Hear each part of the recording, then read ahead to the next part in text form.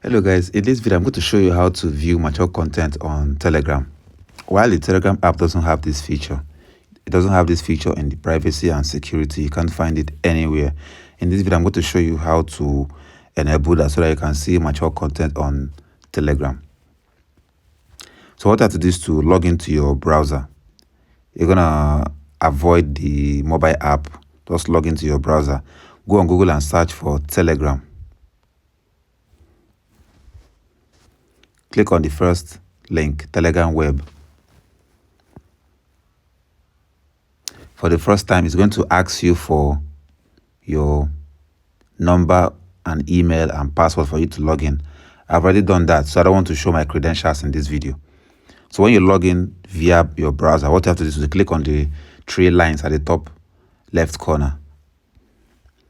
Now click on your settings. You have to scroll down and click on privacy and security. Scroll all the way down and you're going to look for where it says sensitive content. Disable filtering. From now on, you can now see mature content on Telegram, even with the mobile app. So that's how you enable mature content on Telegram. That's all for this video. See you guys in the next one.